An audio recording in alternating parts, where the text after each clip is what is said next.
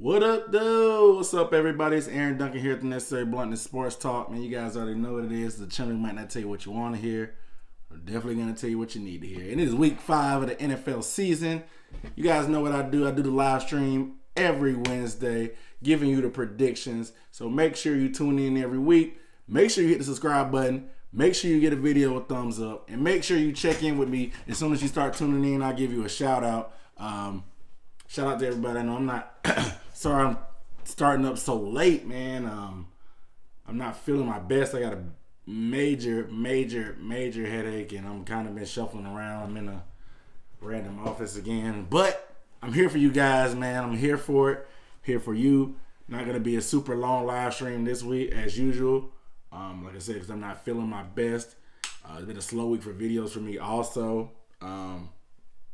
It's been tough, man. I've been not feeling my best. I've been working hard at my regular job, my 9 to 5, what I do by day. It's been tough, man. But yeah, like I said, check in. Let me know you're here when you get here. It's another week though. I don't have too many notes, man. What up, Lucas? Checking in. Glad you could join in again. Your second week in a row. I appreciate you tuning in. What up, Savage, man? First time here. Welcome. We got predictions. It's about to go down. Like I said, y'all check in. I'll shout you out. Make sure you give a video a thumbs up. Man, it's week 5 in NFL, man. And I know everybody. I'm just going to talk about some general stuff right now while everybody checks in. Britton Shirley said Carolina winning by 21. Hey, 21. I agree with that, man. Maybe not exactly 21, but that Eric Reed signing is going to be lovely. And it's amazing how the Panthers almost took first place in the division without even playing a game this past Sunday. Now, had the Giants beat the Saints, it was close for a little bit, but I don't think the game was really in doubt because the Giants are just trash offensively. But had the Giants won, the Panthers would have moved up to first place in the division without even playing a game. So I think everybody from the Panthers camp kind of took the early bye week pretty well. I mean, it went by pretty fast for me, I'll say. I mean, granted, it's only Wednesday now. It's not game day yet. But Mike Shula is a cancer. See, the thing about it, it's not Mike Shula's playbook. He's calling Pat Shurmur's plays. However, the combination of Mike Shula and Eli Manning, I'm laughing right now because it sounds like a joke, and it is a joke. Eli Manning and Mike Shula. Are you serious? Like, I'm gonna keep going though, because Mike Shula, I'll give him credit. He had one good run. He had some creative play calling. He just the timing with it. Yeah, exactly. Goes to show you how much of a deodorant Cam was. Because if you look at the games and what the type of plays they've been running, Norv Turner isn't doing anything too much different than Shula. He's just a little bit more creative. He's doing, I mean, as far as the running game at least, he's a little bit more creative with how he sets stuff up. I mean, it's still the same option motion, the spread option motion. He's making Cam give it to Christian McCaffrey a lot more instead of him running the ball himself on the option. And he's just not throwing deep every time like Mike Shula wanted to do. Mike Shula was either going to run the option or throw it deep and let Cam sit in the pocket with our O-line being whatever. Our O-line is playing great. They're not the best O-line. I mean, it's just Norv Turner is a good enough coach that he can mask some of the deficiencies in the O-line. And what the combination, he knows what to do with good players when he has them. Like Norv Turner, that was never a problem. Minnesota, he didn't have a great quarterback. He had Teddy Bridgewater, who was super conservative, and really didn't have that much playmaking ability. Not to mention their receivers weren't great at the time. I mean, Diggs was okay, but he wasn't what he was now. And Thielen wasn't anywhere near the guy he is now. I mean, Thielen's like I'd say top 10 receiver, no, most definitely. But Norv Turner is just, what up, Donald?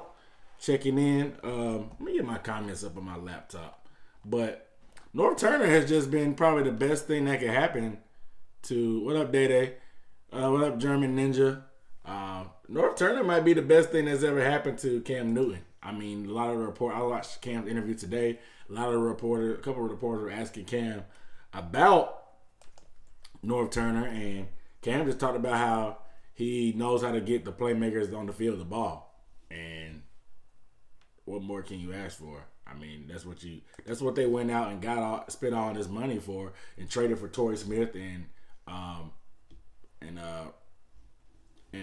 Wright and stuff like that and drafting DJ Moore. But we'll see. But Lucas says if Eric Reid pans out, Reid will make the Panthers defense so nasty because with Thomas Davis coming back with Luke, getting better, and Shaq playing the way he is, he don't know. NFC South might already be decided. Look, Lucas, I'm not gonna lie to you. Our defense hasn't been great so far, but I don't expect that to keep. Like, I really don't expect that to keep going. But at the same time, every other defense in the division is in the bottom third of the league. Like the Bucks are last, the Saints are like second or third to last, and the Falcons have fallen to the bottom of the wayside with their defense. Carolina has been middle of the pack defensively, but that's head over heels better than the Saints, the Falcons, and the Bucks. But it is what it is. But what up, Savage Man? You already checked in. I already got you. Saints are inconsistent. Yeah, I mean, the Saints, their defense was like streaky good last year, middle of the pack, which kind of was fine because of their defense. I mean, offense is so good, but like their offensive identity has been kind of, I mean, whatever. I mean, they played on the road for the first time. They look completely different than they have been in the dome. Thomas, granted, it was better corners, but he only had, 4 or 5 catches versus the 14 or 13 he was averaging a game.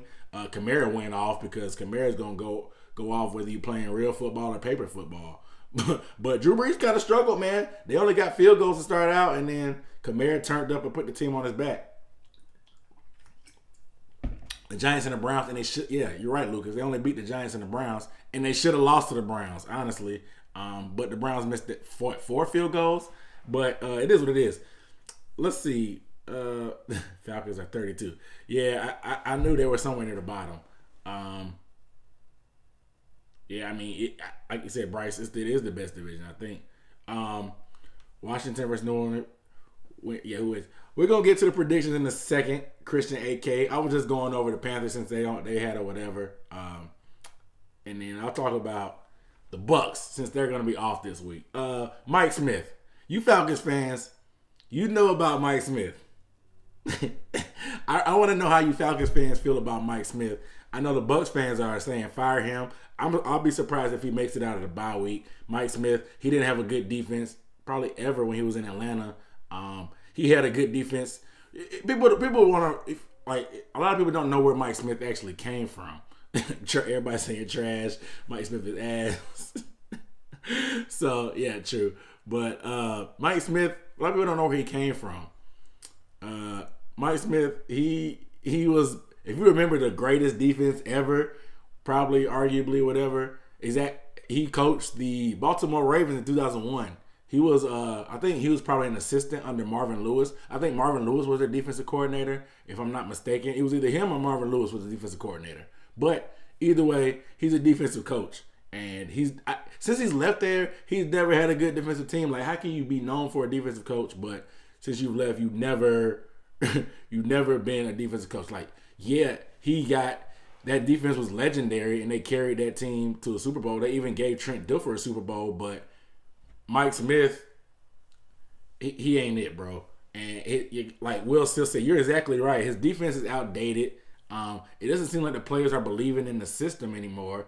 And the effort's not there. When the effort's not there, that just means that guys don't like the coach. I mean, when you see guys playing hard and putting in a lot of effort, it's because they're coach. They want to play hard for the coach. The coach riles them up. They believe in what the coach is telling them. They believe in the position that the coaches are putting them in. If they're not confident in the position that the coach is in, they're not going to make plays like they need to. Will said the Buccaneers D-line coach needs to be promoted. Hey, it's going to happen. Somebody's going to get promoted from within, but I doubt Mike Smith is going to make it because Dirk Cutter's low-key on the hot seat. I don't think he's about to lose his job trying to be nice to anybody. Buckner. Yeah, Brinson Buckner. I forgot about him. Maybe he could. I mean, it might be his first opportunity. Yeah, it's water. It's water, man. I'm trying to stay hydrated. Like I said, um, I got a headache. That's why I don't plan on being on a live stream too long tonight. But Mike Smith is the brother-in-law of Brian Billick. Wow, dang, Donald Clark with the inside information, bro. I had no idea. No wonder he got put on by Brian Billick, and he got that ring, and now he got like 8 years worth of trash coaching and got a paycheck for that long. All right, but the Bucks. I mean, that's pretty much all I got to say about them. We beat the Jameis Winston and Ryan Fitzpatrick thing into the ground. Jameis is going to be the starter. They got to see what they got. So, and Dirk, I think he has a lot more confidence in the ceiling that, I guess in unfortunately, the consistency of Jameis Winston, because Ryan Fitzpatrick highs are high and his lows are lows. Jameis Winston can have some pretty decent highs. I don't know if he can have Ryan Fitzpatrick highs, but his lows are definitely not going to be as low as Ryan Fitzpatrick was.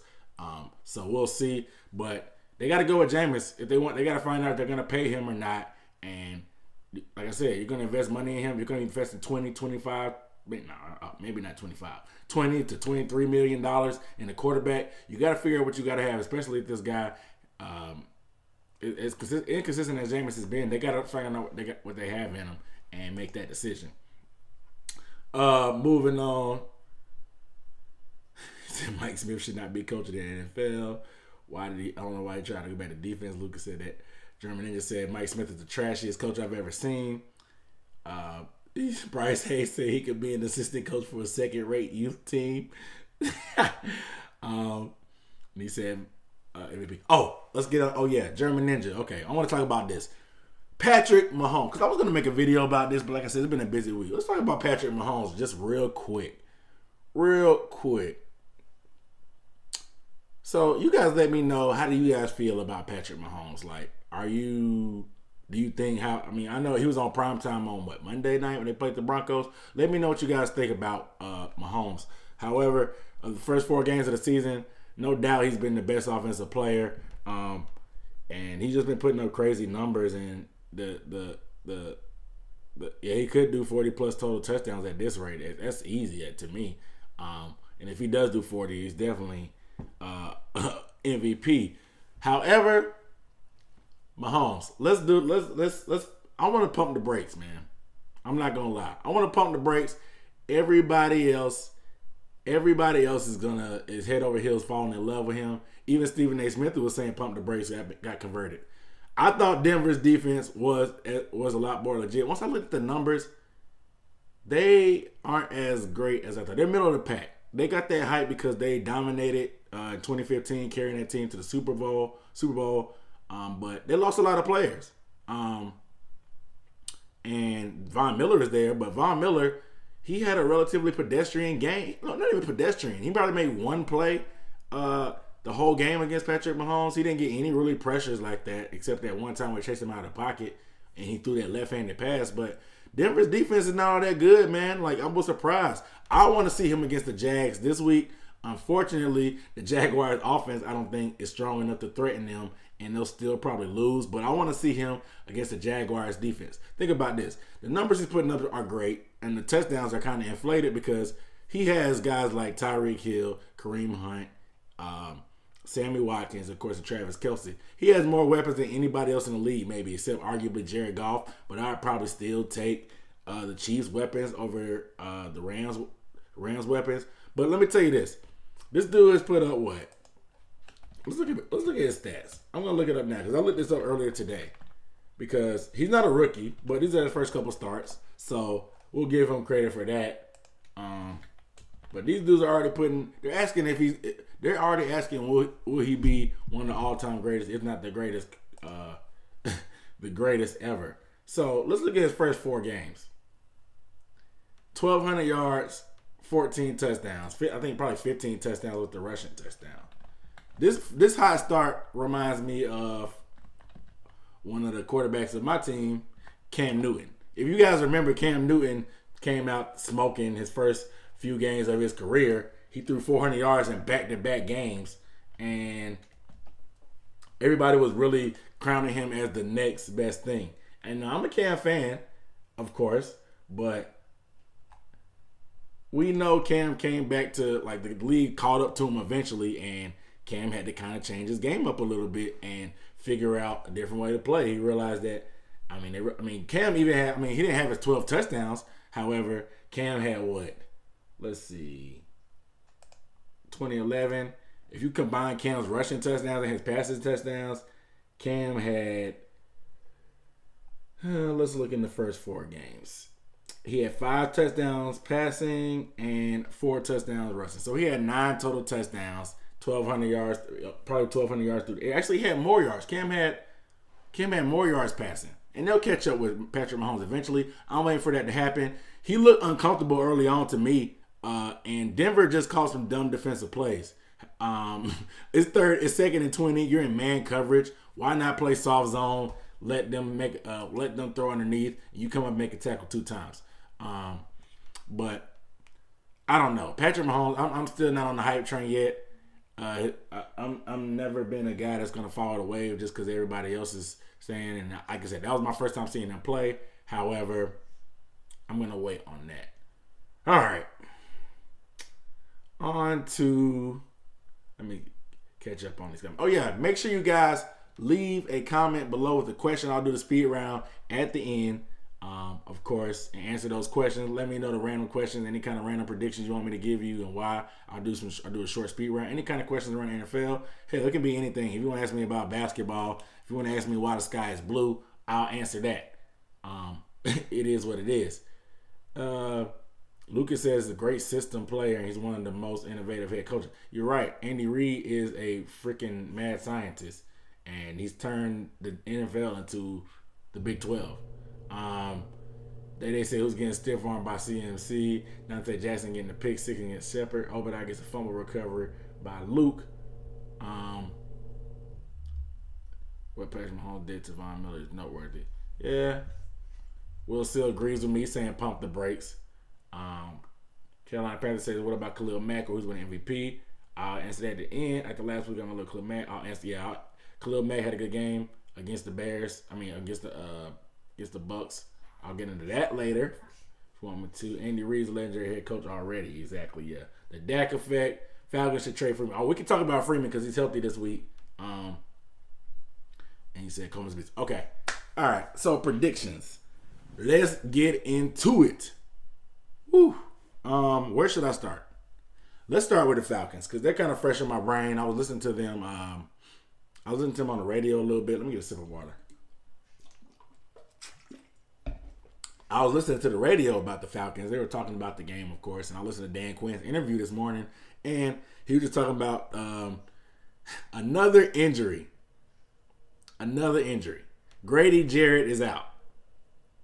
Guys. Like the it doesn't get any better. Like the whole middle of the Falcons defense is just like a big hole. Grady Jarrett, Deion Jones, and the guy behind him, Keanu Neal, all 3 are out this game.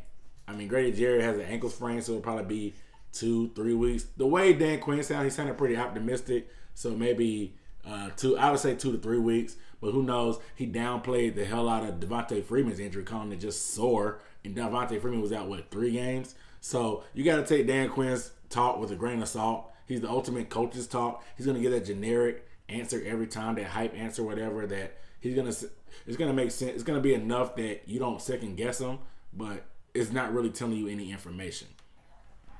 So the Falcons and the Steelers. The Falcons, they've been at home the past 1, 2, 3 games. And it hasn't been kind to them. They've been 1-2. They've given up 40. No, they gave up 40 to the Saints, and 30 something to the Saints, and 30 to Andy Dalton. AJ Green caught the game winner. We all know that, but the corners didn't look good. It wasn't just the lack of safeties. It was the corners that didn't look good for the Falcons. If you saw my previous video, I talked about them, and Trufant got cooked all day. And Alfred got cooked all day. This is going to be a high-scoring game. I think the total is 57, maybe, or 54 or something like that. And yeah, Trufant and Poole got cooked. Poole is playing a lot more safety than normal. I think he's a nickel normally, but Poole had to play safety just because of the injuries. And he was getting cooked. He looked like he doesn't play. He looks like he doesn't play that. So it's just it is what it is. Their secondary is toast right now. It's toast. So it's not gonna be much they can do about that. I mean, they can't. There's no magic potion they can rub on an Achilles or a knee injury or whatever to bring anybody back. However, I don't know, man. It's gonna be tough sledding. The Steelers, they don't have Le'Veon Bell. That's the bright side. But they do have Antonio Brown. And we saw what AJ Green did last week. And Antonio Brown is a tough cover himself. You know, he's a different type of tough cover. He's not as large and not as smooth as AJ as far as a polished receiver. But he's a damn good playmaker. He's short. He's quick. He can make tough catches. And he's a tough cover. Not to mention they have Juju Smith-Schuster. So it's going to be tough in that slot once again, man. Like, if you think Tyler Boyd is a dog, Juju Smith-Schuster is a dog too. So this game is going to come down to a lot. Will they be able to protect Matt Ryan on the inside? Because we saw the D-line last week. They didn't really get to Matt Ryan that much. I mean, but the Steelers' defense isn't good either. Now, they're definitely not as good as the Bengals, but they're a step up from the Saints. So it's gonna be different. They're gonna have to put up some points. We know they're gonna have to put up some points. It's gonna be a track meet. 0 touchdowns for Julio so far, but Calvin Ridley is leading the league in touchdowns.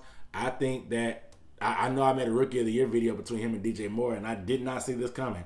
I thought the Panthers would be using DJ Moore a lot earlier in the year, like the Falcons are using Calvin Ridley. But pretty much exactly what I thought was going to happen is Calvin Ridley being able to take advantage of his one-on-one matchups because all the attention Julio and Sanu would get, and it's working out perfect. However, it's just too bad that all this stuff is having breakout games and losses. You know, like.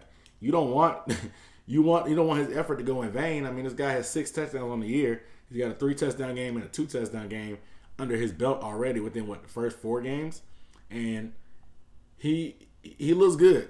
But the defense is just it's got to be keeping Dan Quinn up at night because he's a defensive coach. But I don't know. I expect. My thing is, this is what the Falcons need to do. The Falcons need to come out and run the ball. They need to stop getting caught up in this shootout thing, thinking they got to outscore everybody. Run the freaking ball, man. You got backs. You got 3 backs. You got Tevin Coleman. Devontae Freeman's going to be back. And you got the judge himself, Ito Smith. I heard him calling him the judge on the radio today because Ito Smith from the O.J. Simpson case was the name of the judge. For you guys that didn't know that, but that's why they call Ito Smith the judge. But they got 3 capable backs. Sarkisian has been coaching good, man. I mean, coaching pretty good lately, man. I don't know what you're saying, German Ninja. He's been having some pretty good games the past few games. You can't really fault him. Granted, they've been playing some middle of the pack to trash defenses, but I don't know. My prediction, though, I think it will be up there, but I think the Falcons need to run the ball to control the clock to not let it turn into a shootout. My score prediction. I just think that on the road, the Falcons are real. I don't think they're going to be reeling too much, but I think on the road it's going to be too tough for them to overcome playing Pittsburgh. Pittsburgh locker room is trash right now, and their defense is trash right now. Mike Tomlin is kind of walking on thin ice himself, but my prediction for the game is 31-27 Steelers. I think a late touchdown, go-ahead touchdown, is what wins the game for the Steelers. I think it'll be not as back and forth as last week, but I think it'll still be pretty high scoring. So 31-27 Steelers over the Falcons. The difference will be a couple more stops by the Steelers defense that the Falcons defense won't be able to get.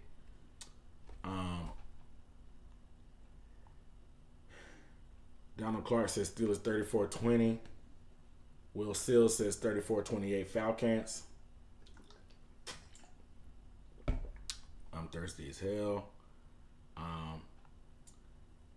Let us move on. Who should we talk about? The Saints. or the Panthers game first?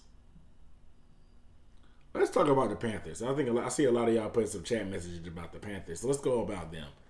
Donald Clark might be the only. You might be the only Saints fan in here tonight representing. Never mind.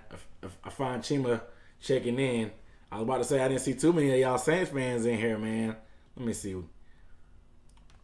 Yeah, y'all usually a lot deeper than this, man. Let's talk. I'm gonna go with the Panthers first, because there's a lot of questions talking about these guys. Now the Panthers coming out this bye week. We all know about Eric Reid being signed. I think he'll be able to take this defense to another level. He's a playmaker. He's smart. He's rangy. He's versatile. He's athletic. He's big. And he's playing with something to prove. He's only signed to a $1.9 million contract. This is a Pro Bowl safety we really got for peanuts. And this is a blessing in disguise. He's going to be good in cover 3. He's going to be good playing that position that Shaq usually plays, where he's covering receivers. He's up there in the line of scrimmage. He'll be able to make tackles. He's fast. Some of the stuff that I was looking at, some of the highlights of him, and some of the clips and breakdown of film of him, he is a very smart player in all of the team. All his teammates keep talking about how smart he is. The coaches keep talking about how smart he is. And Ron Rivera pretty much said straight up, he's probably going to start. He may not get as many. He may be in a rotation because he won't be in shape. But it looks like Eric Reid's probably going to start, man. Like they say, he's been in shape. He's smart. He's picking up the scheme. He's been staying late, trying to work with the coaches to learn the playbook. And the bright side is he came in during the bye week, and also that Eric Washington said he doesn't have to learn the whole playbook. He has to learn the packages for this matchup against the Giants. And the Giants, they're not great. They're 1-4, 1-3 right now. This will be funny because Jonathan Stewart won't be playing in this game because he's on injured reserve, which is one of the reasons why the Panthers cut him, because he couldn't stay healthy. They get to face Mike Shula again, and they get to see Dave Gettleman. Dave Gettleman, he's been sick. As much as I did not like him as a Panthers, he got us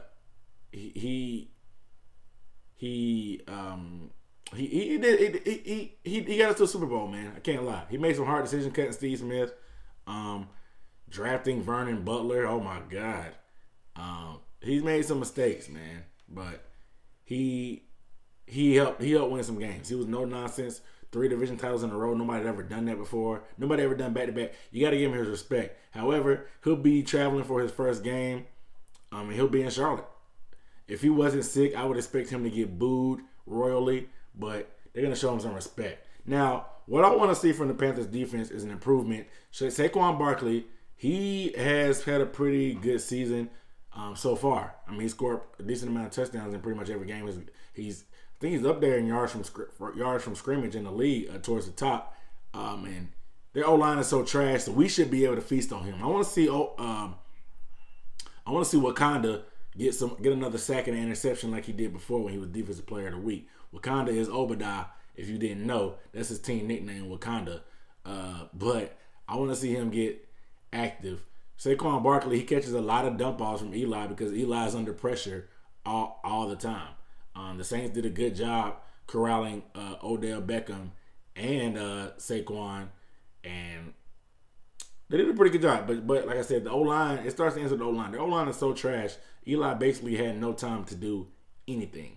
And our D-line is way, way, way better overall and in depth than the Saints. So I expect big things from them up front to cause some problems. We are pretty good against the run. I want to see us sure up the run. Our numbers have not been good. We've had a leaky, I'll call it leaky defense so far. I mean, it's been good enough when we got some stops, but there's been leaks. There's been plays made on us that don't normally get made. We're playing a lot more man coverage, and we're kind of getting exposed a little bit. The secondary has played a lot better. I have to give him that credit. Dante has brought some swagger, but he's had some down moments too, like the Falcons game. But last game was probably his best career game so far. Of course, Bradbury's been shadowing some guys. He's done a pretty good game, a pretty good job. And we'll just see what goes from there. I mean, the Panthers, I want to see some more points from the offense, though. The offense has looked steady and consistent, but I want to see some big plays, some explosions, some big plays outside of the running game. I want to see some big passing plays. I want to see DJ Moore get involved more. It's been a bye week. They should put in some more schemes to get DJ Moore involved. Last we saw DJ Moore, he had make a play. He had that 51-yarder against the Falcons. Nothing really happened in the next game versus the Bengals with him. I want to see more from him. Of course, it was a big game from Christian, so if it ain't broke, don't fix it. Keep running him. You know Christian's going to get his, of course. The Giants, their defense is fairly decent. They did a good job corralling the Saints, but of course, we'll be at home, not in the Meadowlands, so we'll see. I like us at home. I think Carolina's like a 7-point favorite, which is kind of unheard of. Typically, they're 3-point favorites all the time. I probably won't bet on 7. 7 just a little bit too much for me in the NFL, period. I think the Panthers will win, no doubt, but you never know in these games. I see Odell Beckham actually having a pretty good game. I hate to say it. I don't like Bradbury against Odell. I hope they don't shadow him, but I think Eric Reid will make a big impact. I think the offensive line will have a big day. I mean, like I said, the Giants' defense is pretty solid.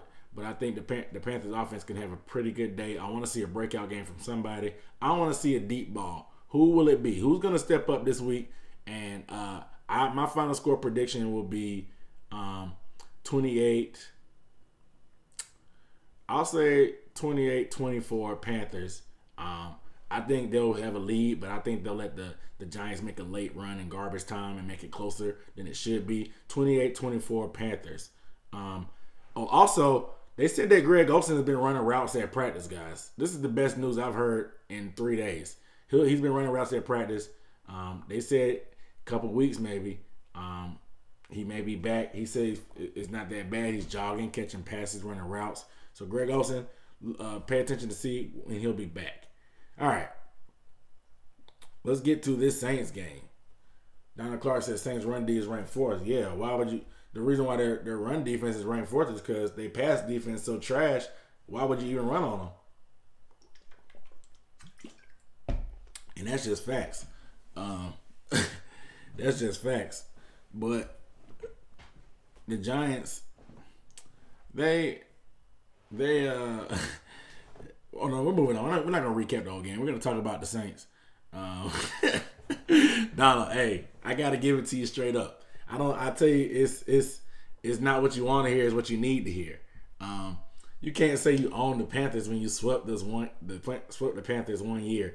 The year before last, I think we split. The year before that, the Panthers swept the Saints. I think the year before that, they swept the Saints again. So 1 year is just you can't let the recent year blind you from what's the history of the series between the Panthers and the Saints. But I mean, all the last 2 games were close, and it was some suspect referee calls that could have flipped that game the other way for the Panthers and the Saints. I can list them off too if you want me to, but that's the past. We're moving on.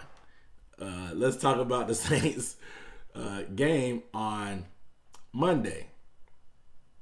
So they played the Redskins. Last year's game against the Redskins, if you remember, Kirk Cousins, he pretty much lit the dome up. I mean, with some mediocre receivers and running backs. I mean, everybody on his team was hurt. Terrell Pryor was hurt. Who else? What's the tight end's name that's always hurt? Damn it. Jordan Reed, he was hurt. Their best running back, he was hurt. Chris Thompson, who was a receiving running back, he got hurt. And it still went down to the wire. The Saints ended up coming back. And I think was it overtime? That game go to overtime? I don't know. I don't know if it went to overtime or not. I think it did go to overtime. And the Saints ended up winning that game. However, it's a new team. Kirk Cousins is gone. Alex Smith is there. Yes, that was a good ass game, Evan Chima. That was a good game. And Drew Brees, I think Drew Brees led him on the game winning drive because we had went to OT. That's what I figured. Because they got that big stop. Manti Te'o got that big tackle on 4th down or 3rd down?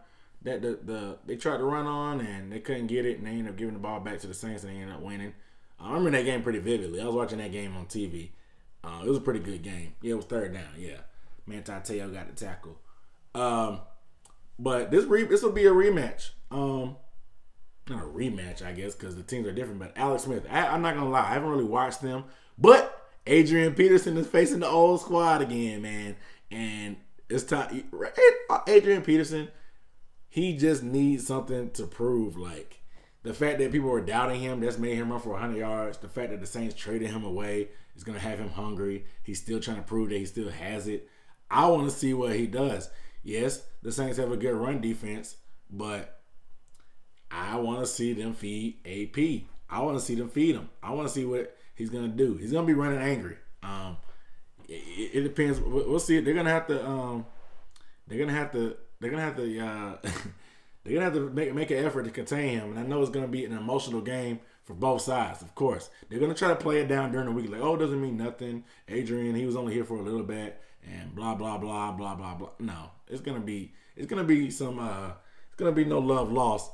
I don't see anything like a fight or anything happening. But Adrian Peterson is gonna try to run like a madman. But Alex Smith, he doesn't really scare me. I haven't seen the Redskins play this year. However, they did beat the Packers at home.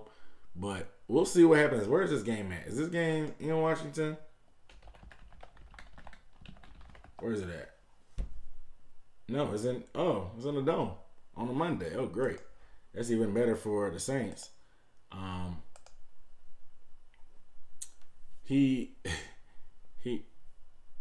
It's gonna be in the Dome. And the Saints, their offense, I mean, they went on the road. They did not look like the same offense. But Mark Ingram will be back in the Dome. I expect their offense to be a lot more balanced because they've been doing everything to try to orchestrate a running game, which is why you've seen Taysom Hill get so many reps in the Wildcat, I guess you want to call it. They didn't really have a running game like that. They wanted to run. They didn't want to run Kamara too much because they want to bang him up. That's why he has had so many receptions. You have to get Kamara the ball, but you really just need him to get the ball in space. You don't have to run him. You can give him dump offs and stuff, which are the same as running plays. And Kamara's been on a tear. Now, people want to talk about Patrick Mahomes being MVP. This dude, Alvin Kamara, is on a tear. He's on a tear to be MVP. I think that a lot of people are writing him off because when Mark Ingram comes back, he'll be splitting carries again. But I don't know, man. Kamara, he's just. I don't like Kamara. I definitely don't hate him.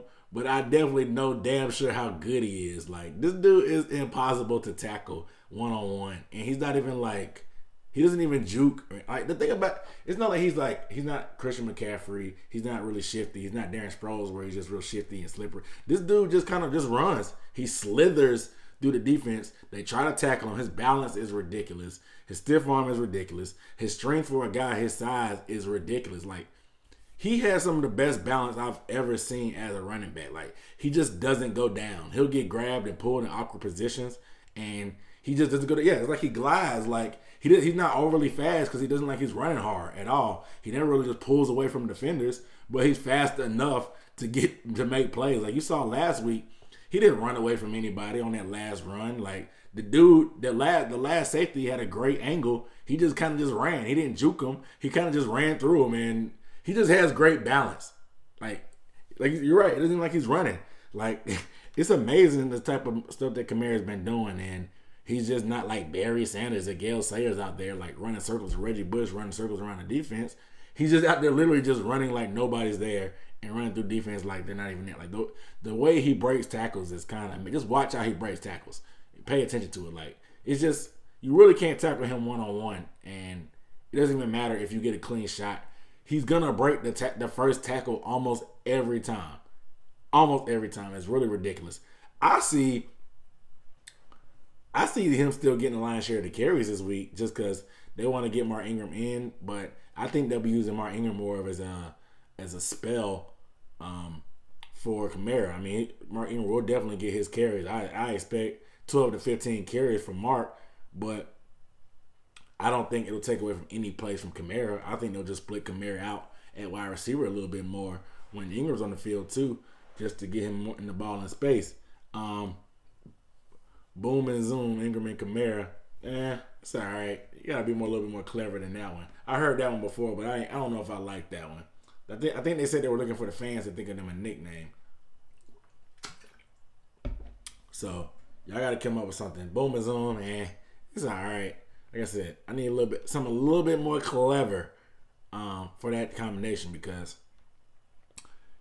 Kamara, I'm done talking about him, dude. Like he is really ridiculous. Like it's really wild how good he is. But let me get my prediction. Drew Brees had a mediocre game last week, and I caught a lot of flack last year when I made a video saying that the running game was carrying Drew Brees and the running game was the best thing to happen to Drew Brees, like because a lot of his numbers and his completion percentage was so high because he was dumping the ball off to Kamara, and Kamara probably added a few years to Drew Brees' career because he makes it easy. You can just dump it out to Kamara, pretty much run the whole offense through Kamara, where Drew Brees doesn't have to do the heavy lifting, and Kamara's going to spin.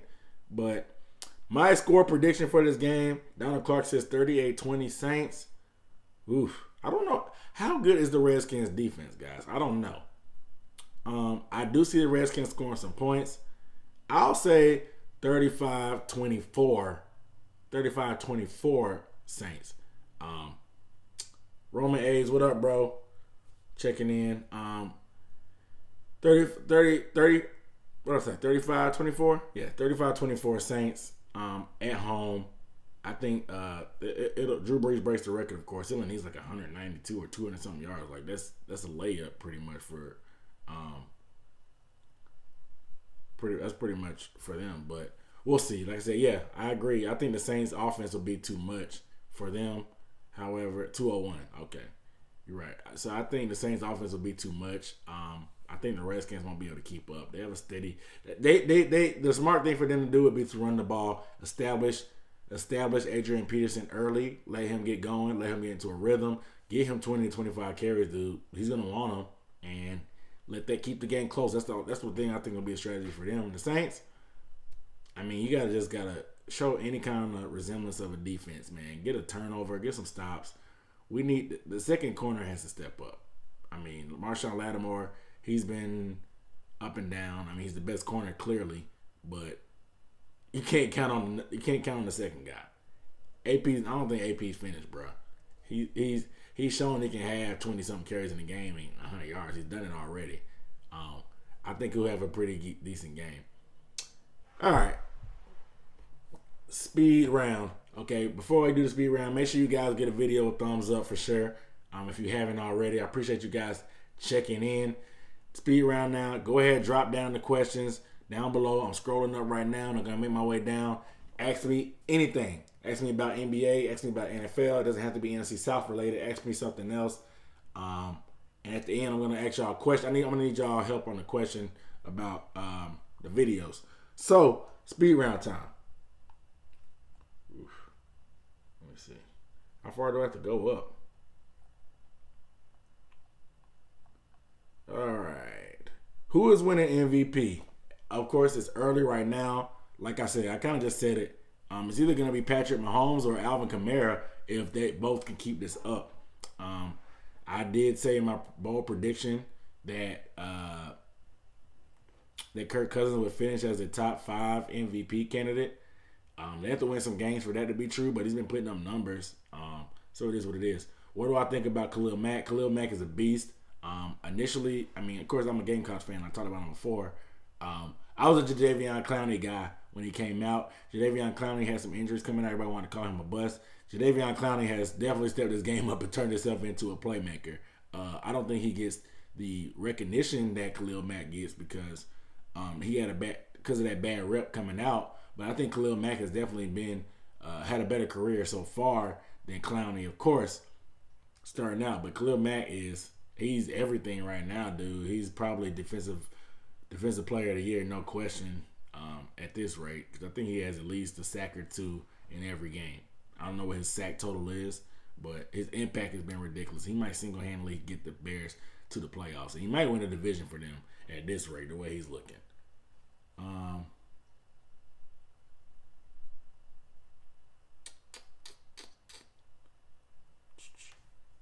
Falcons should trade Freeman, probably, but I doubt anybody will take on the contract of him. I mean, he's not making a bunch. He's making like $8 million. What up, Donald Gonzalez? What up, dude? What up, though? I might put that on the T-shirt or something. That's pretty funny. But Freeman, he's a running back gets banged up. He's small. He's getting paid $8 million a year probably, and he has concussion problems. Probably one or two concussions away from being done with the game. I don't think anybody's going to trade for him. They're going to be better off trading Coleman, keeping Ito Smith, and keeping Devontae Freeman and just spreading out their carries. That's what I think. It sucks because Coleman is in the contract year, but it is what it is. Will says that I'm so happy. This is 1 week of the year where the Bucks can't lose and I can laugh at our rivals. Hey, that's a good point. That is a good point. And that's the exact same thing I said last week. I actually watched the full Falcons game last week and most of the Saints game. I know that Browns game kind of overlapped on the broadcasting, so I couldn't see all of it. Like I said, I'm doing a speed round. Make sure you guys drop the questions down below. It can be about anything. Make sure you guys give the video a thumbs up. Thank you. Make sure you subscribe. If you're tuning in for the first time not subscribing, welcome. I'm Aaron Duncan, of course. Some of y'all already know. Let me see. What do I think about Christian McCaffrey? Carolina Panthers says. I know, too bad it's not the official Carolina Panthers page, but Carolina Panthers asked me what I think about Christian McCaffrey. I'm not gonna lie. I'm gonna be truthful. Christian McCaffrey coming out, I really, really thought they should have drafted Leonard Fournette. I thought, okay, Fournette can be the same guy that Stewart was, but times 10. Granted, he is. He's been banged up pretty much his whole career, just like Stewart. He's good when he plays, but he can't stay healthy so far in his career. So Fournette would have been the same thing, and I thought we needed another power back like that because I knew Stewart was on the way out. So I didn't really want Christian McCaffrey at number 8 we got him at. Last year, I thought they gave him the ball way too much too early. He wasn't ready for it. They kind of force-fed him. And now that they're kind of featuring him, it looks like this was the proper time to feature him. I like what they're doing. However, I still think they should give C.J. Anderson the ball more. Like, C.J. Anderson is a weapon too. He can run the ball. He can pound the ball. He can keep Christian McCaffrey fresh. You see how the rotation that the Saints do with Kamara and Ingram, and I don't want to see Christian McCaffrey be good now and then in week 15, 16, and 17, he's burnt out because we gave him too many carries early on. Keep that man fresh for the long haul, bro. He's not a big guy like that. Keep him fresh for the long haul. We got C.J. Anderson. We paid him for like $4 million. He was a 1,000-yard back last year. He finished number 7 in the league in rushing yards. We can't just leave this guy on the bench giving him 1 or 2 carries a game. But Christian McCaffrey, he's been everything, man. Like, seeing him run for $184, I was so happy for him because all the doubters saying that he couldn't run between the tackles. I think it was hogwash because he did it all in college, but I was happy to see that. He's starting to grow on me a lot as far as McCaffrey. The Panthers O-line is improving a lot, but still has much room to grow. I agree with you, Will Seal. They definitely do. They asked, should Khalil get his spot back when should Matt Khalil get his spot back when he returns? I'm just gonna sip my drink and say hell no. Keep him on the bench. I know we pay him $11 million, but this dude is hot garbage, bro. When this is not my least favorite player in the division, but Cam Jordan called him Speed Bump McGee, and it's not no nickname could be more fitting for a lineman than for Matt Khalil. Speed Bump McGee. And I just hate that Cam Jordan is the one that said it because Cam Jordan is annoying to me. But he was right. Matt Khalil is a speed bump. He doesn't do anything but get in the way on between the defensive lineman's way to get to the quarterback. And it's really annoying that we pay him that much money. Like, quit asking me these questions all the time. Matt Khalil, Mike Remmers. That is like the worst question to ask me because both those guys are trash. I'll definitely take Khalil over Mike Remmers because Mike Remmers is just, damn, I don't even know, man. Like, that's a tough choice. They're both garbage, bro. They're both. Listen, the left tackle. If Taylor Moton could be the staple left tackle, I mean, if Clark or whoever we get at left tackle can be the staple, I'd be gratefully because we had Byron Bell. Remember, you guys remember Byron Bell, probably the worst Panther in Panthers history. Mike Remmers, who's a guard now for the Vikings. He's not even a defensive lineman. I mean, offensive tackle. We tried to get him to play tackle, let alone left tackle. Mike Remmers.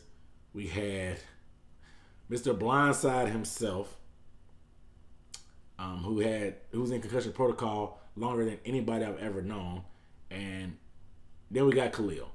That's 4 straight left tackles during Cam Newton's career that have been trash.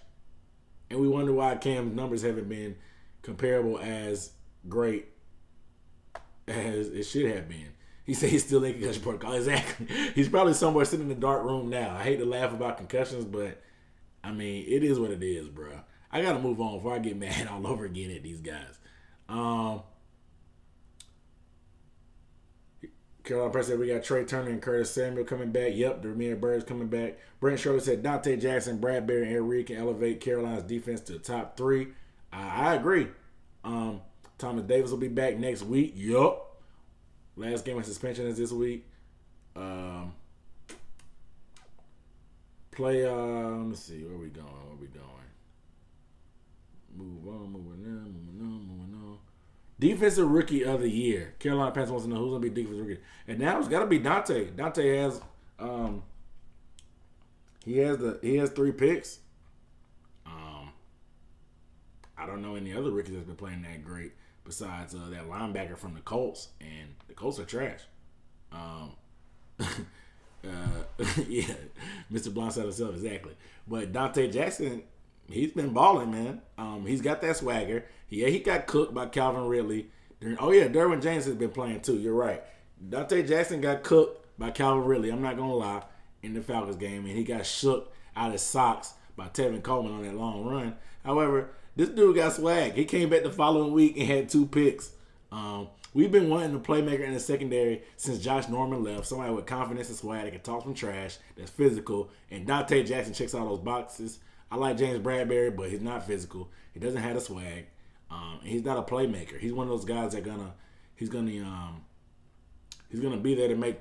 He's gonna let the guys give up. He's gonna give up catches, but he's gonna be there to make the tackle, which is fine. But Dante is a playmaker, and I like Dante. I like the swag. Another LSU DB in the secondary with Eric Reed. It should be, our secondary is about to be litty. I can't wait, man. Like, we went from having the worst secondary probably in the league to a very serviceable secondary that can make plays.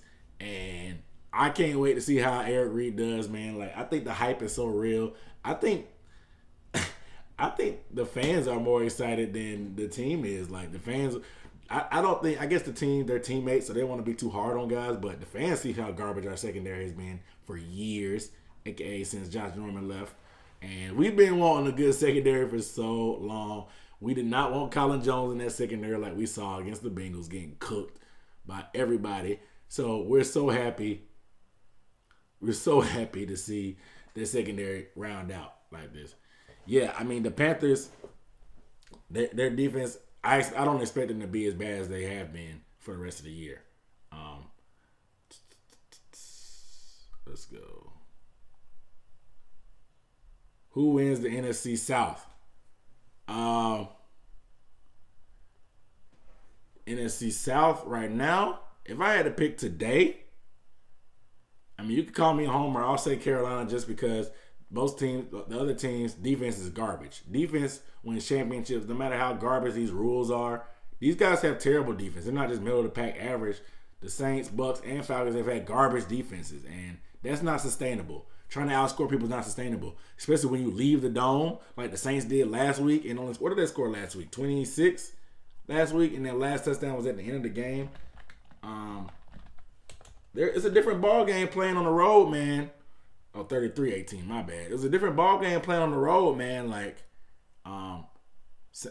points aren't easy to come by, especially once it gets cold.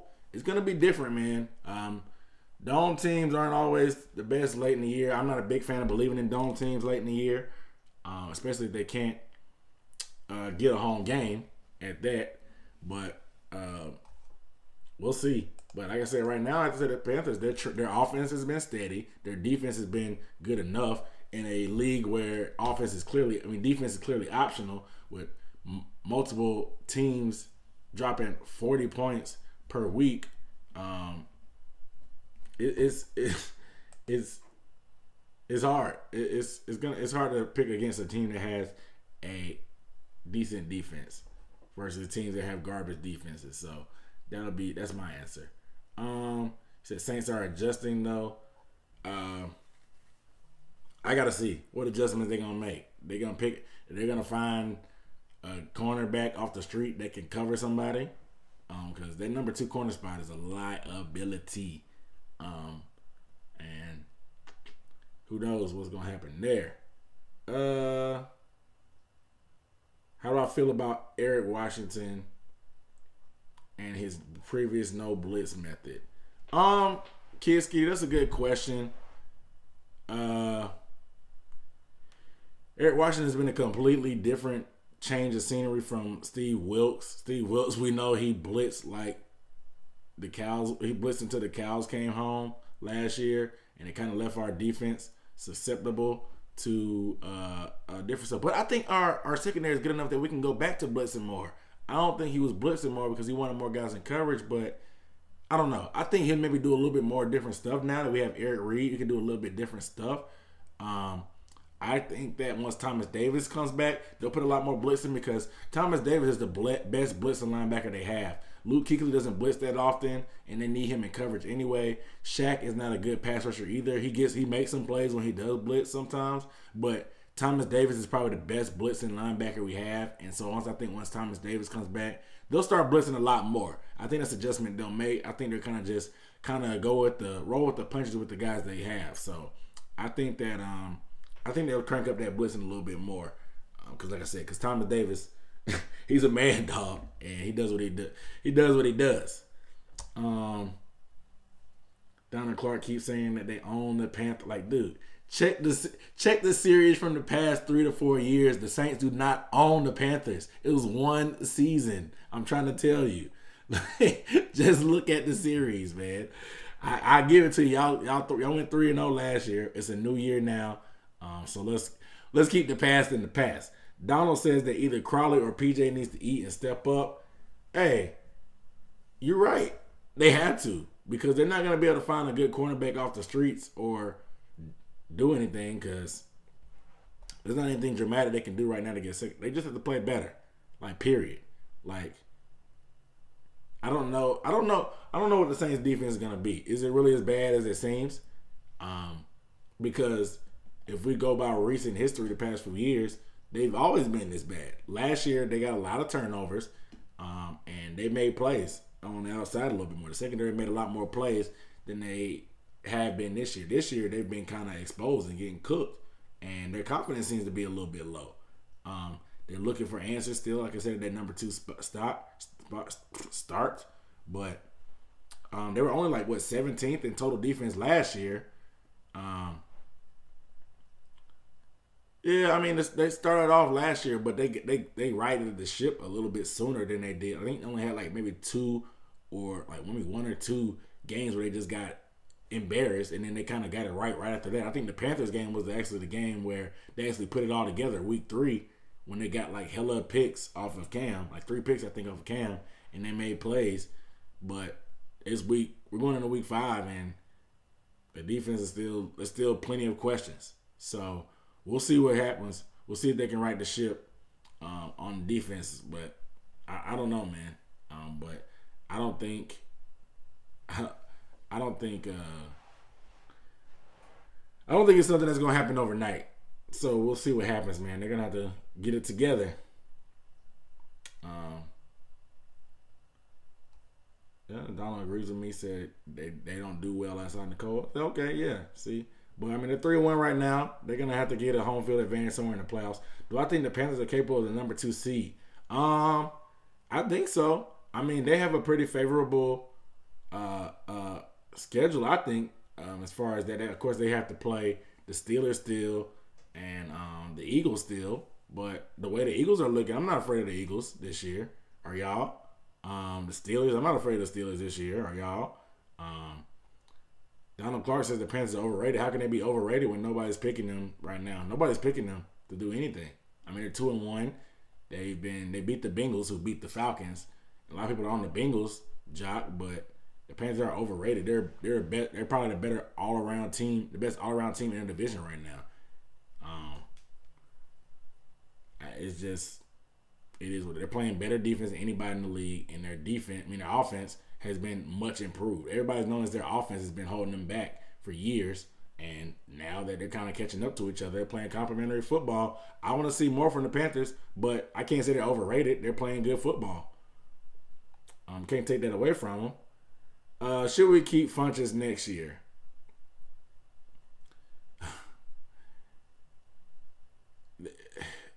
Funchess. I ran it on him 2 streams ago.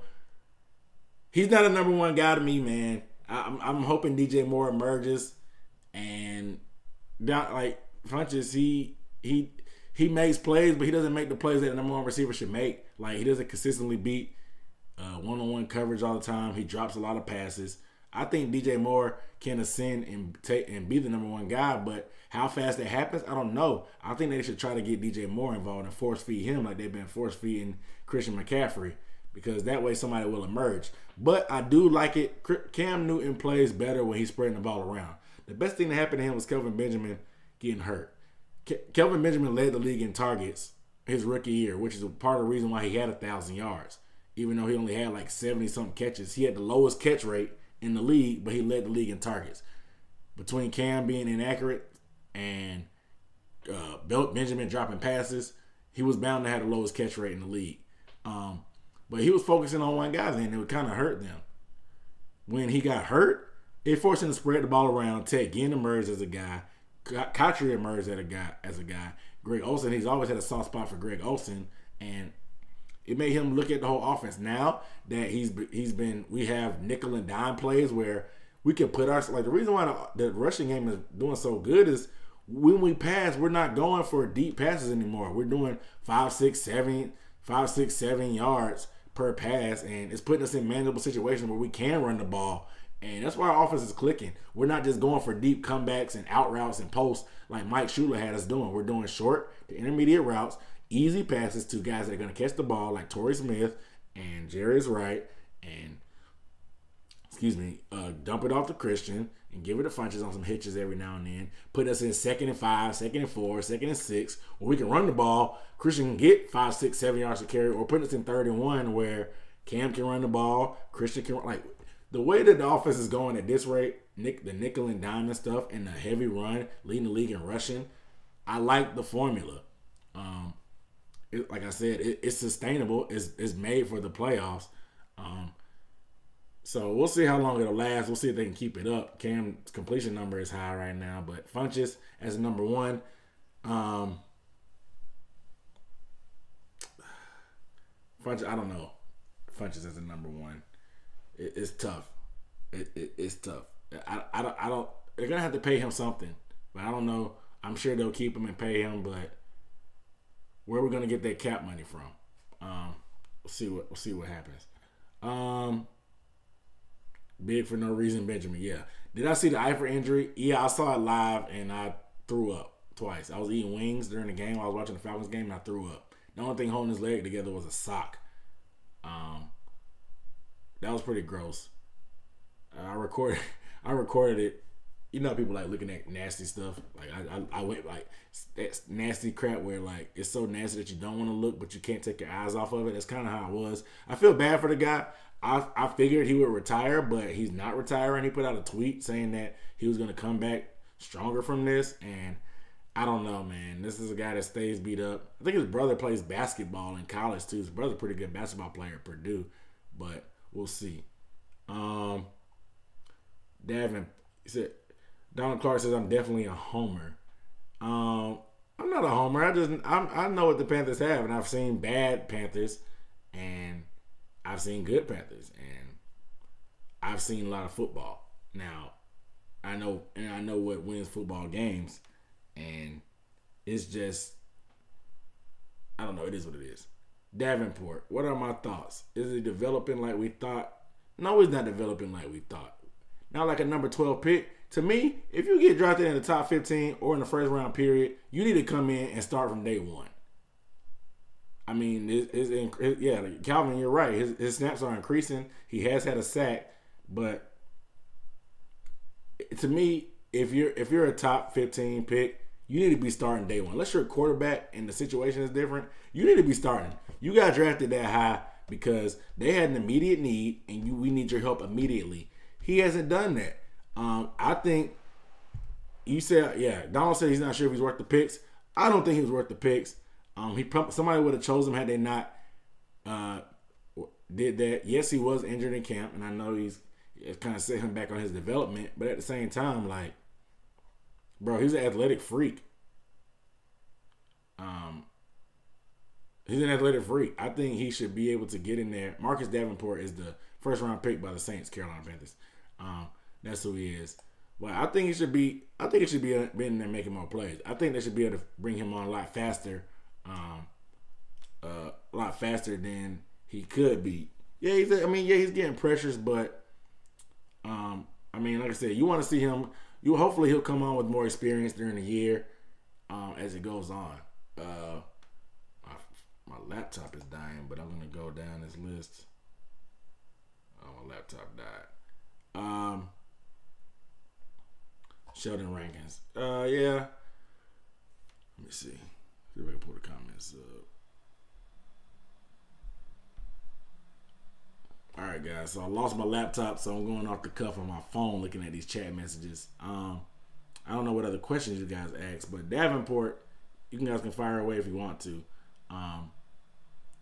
Rank is playing well. Like I said, it's just the way the Donalds are going back. Donald is like Donald Clark called me a homer. He's a homer. Donald Gonzalez, you seem to be more of a realistic and realist Saints fan. Like you take them for what they are. You see everybody else in the league and you respect them for what they are. Donald Clark pretty much thinks that everybody in the league is trash except the Saints. If you don't have on gold and black, you don't deserve to be on the field. One extreme to the other. Unfortunately, most Saints fans I know are more like Donald Clark than Donald Gonzalez. They pretty much talk the most trash. They really hate everybody, and that's from my experiences. I have a couple of good friends, like college roommates that were my roommates that are Saints fans, and they're the same way. But that's just the way it is. But I can appreciate both you guys' perspective. It's definitely going to be an interesting week. The Saints, y'all sit back and watch the Falcons and the Panthers play. Y'all had the primetime game on Monday. I'm sure all of us will be watching you guys. I know I will be, but also I'll be watching them before. Good old Aaron Brooks was starting quarterback. Been there through the ups and downs. Moved away when Katrina got our house, so I'll be a realist. Where do you live now, Donald? Yeah, that's a long. I remember Aaron Brooks too, man. Like Aaron Brooks. Donald Clark is acting like all Saints are Hall of Fame. I'm saying that's how most of the Saints fans that I know are. They like I said, they're more like Donald Clark than Donald Gonzalez, which is funny as hell to me. But I can appreciate the enthusiasm. Okay, Florida. Okay, cool. I can appreciate the enthusiasm. And I appreciate him. Like Donald Clark is always the one dude that comes in on every video, no matter if it's about the Bucks, the Panthers, the Saints, the Falcons. Donald Clark always comes in and talks trash on every video. And I can appreciate you coming through. Aaron Brooks, Deuce McAllister, Dante, and Joe Horn. That was a squad. I remember, dude. That was the fun days in the division. Back in that was way, way, way back. Aaron Brooks is like the opposite of what every other black quarterback ever is. Like he hated to run. Like it was a week. I used to like Aaron Brooks. Though. I'm not gonna flex. I used to like him, man. Like I don't know how Saints fans feel about him. Jake Delhomme, yeah, he was y'all worst enemy. He used to always give y'all hell just because he was from New Orleans. I did see the new Gridiron Heights. I love Eli Manning had me rolling in that Gridiron Heights. You guys got to check out Gridiron Heights if you haven't. That's the Bleacher Report's little cartoon thing. They were making fun of Eli because they said he refused to move in the pocket. He just kind of sat there like a sitting duck, so they couldn't find Eli. He was just sitting there in the maze, and it was pretty funny. The way they do these quarterbacks, and the Clay Matthews thing was pretty funny also. But I'm just rambling now, man. But you guys, I appreciate you guys tuning in. I didn't expect to do this that long. Like I said, my headache actually got better the more I talk to you guys. So I appreciate you guys being here with me and for me. Another successful live stream. I'll try to be more diligent about the time I'm doing it. Let me know, guys. I don't know. Well, I probably won't see it. But if you would please, give the video a thumbs up. And after I end this, once it gets posted, let me know what type of videos you guys want to see. Not specifically probably what team, but what type. If there's anything that, if you want any specific type of video you want to see, I'm thinking I'm trying to figure out some new ways to grow on YouTube. And of course, before I go too general with the NFL, I got to show you guys love. I got to stay true to the core of the people that stay in here, the NFC South. That's what it's about, showing the NFC South respect. So I got to stay true and give those videos. But I want to do like some play breakdowns, maybe breaking down some game film or some big plays that happen in the division during the week, just to explain it. A 10-minute video from the weekend, 10-minute each or 10-minute. And a lot of people say they don't like live stream. They want me to do the video. The thing about me producing these videos, I try to make everything too perfect sometimes, even though as crappy as they come out. I'll do it though. I can even do highlight reactions, honestly, and just let the highlights play while okay. 1 10-minute video from okay. Yeah, that'll make sense. I can do that. That's easy. And then and we'll see what happens. And then like I said, I'm gonna do okay. I got you, Donald Gonzalez. I gotta be specific with y'all too, because it's 2 of y'all now, so I can't just say Donald. But it is what it is. Speaking of Donald, I know everybody got that weird phone notification from the president today. That was pretty awkward. Isn't it kind of crazy that no other president has ever done that? Like, where they needed to do that, and I find it weird that it happened today. Like, what's going on? Are we gonna have the purge soon? Like, I don't know what's happening. Not to get too deep into politics, because I hate talking about them, but that was kind of weird today. I know everybody got that notification, but let me know what other videos you guys want to do. I'm gonna do probably a news scoop thing, but like NFL and football news is only like it's only relevant like 48 hours. Like, news doesn't really last, so it would be hard for me to produce stuff. Exactly. Why else would we need emergency notifications? But I'm thinking about doing like a news thing, like where I do a few like joke topics, and then I'll do like the serious stuff that actually happened. Like, for example, I might talk about Everson Griffin, his issue, because that was real. Then I might talk about I might talk about the rules, the new rules, and just a rundown on the NFL, the news for that week. But I don't know what day I should put it on. Tuesday seems like a good day because that's the first day after everything goes. But Thursday seems like a good day too. But I don't know if I'll be able to produce any time, especially with the way the schedule is going. You said drop some merch. I'll definitely do it, man. Let me know, like, where should I drop it at, though? Like, I have no way to get it to y'all. I don't have a legit website. Where would y'all buy it from the merch? Should I just, I can do a link to, like, Teespring. If y'all want, I can get y'all some, like, generic printed merchandise that, offline. Or I can get some custom-made stuff that my friend, he does t-shirts, too. He can do sick. So, I'll get a merchandise link, and I'll post it, for sure. But I don't like dangling and selling stuff to y'all yet, man. I mean, I'm liking what I'm doing now. That's why I was kind of hesitant to do anything like that. However, I got a couple t-shirts that I wear them. Do I know LSU KPB 300? No, I don't know who that is. Does he do Saints Talk? Because I want to collab with more guys too, man. So leave me your favorite YouTube guys, or let me know who they are. And maybe I'll try to collab with them. I'll reach out to them and see what they want to do. Because I want to collab and talk to some other YouTubers about it. We'll see. Maybe I can get on some podcasts or something and talk some trash. Oh, he has new merch setting up. Let me write that down so I can go check them out. LSU. Give me that name again, bro. I lost the comment. Actually, I can go back and see it.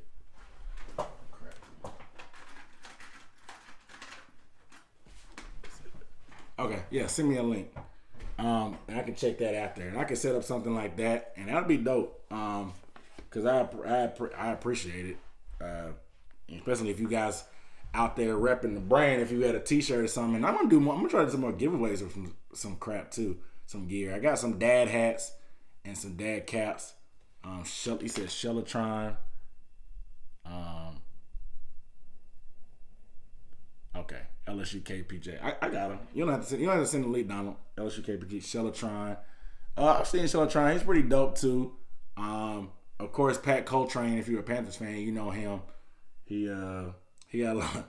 He's pretty funny. I watch him. I watch Mr. Bucks Nation. Saints gear only. It won't be anything to do with the division. It'll be probably with the logo, of course.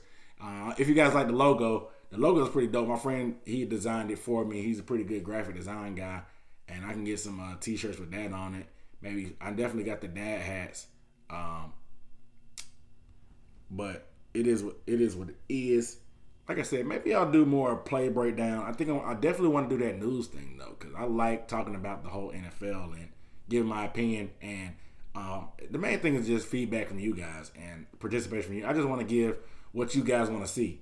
That way, you guys are commenting and we can talk back and forth. If it's not stuff you guys want to see, I'm not gonna keep making that stuff. I might try a couple different videos, but if you guys aren't feeling it, why would I keep doing it? You're the subscribers. I'm gonna give y'all what y'all want at the same time, doing what I like to do. That way we all win together. But I'm rambling, man. I'm going on with 76 minutes. Sheesh. It's the longest stream ever. But I appreciate you guys tuning in. It's late as hell. I still got my work polo on, man. I've been at work today. My headache feels better. But I'm Aaron Duncan signing off. You guys already know another video will be. I'll catch you guys on the next video. Donald Clark, you said you'll catch me when it's time for the Panthers to play the Saints. I know I'll see you then. I'm sure I'll talk to you on another video before that. Everybody else, LSU Skip J, I'll look him up and do the merchandise. Stay tuned for the merchandise. I may drop a video announcing that. I may put a website together. That way I can go to that. Or I may just put it on Facebook Marketplace. Totally enjoy the show. Appreciate it, Donald. I appreciate your perspective, Saints perspective. Y'all Saints, man, y'all too deep. I think probably 40% of my subscribers are Saints fans, man. Y'all starting to kind of get on my nerves. Not just playing with y'all. I appreciate y'all coming in. And I appreciate y'all tuning in. I'm Aaron Duncan, Unnecessary Bluntness Sports Talk. I'll see you next time.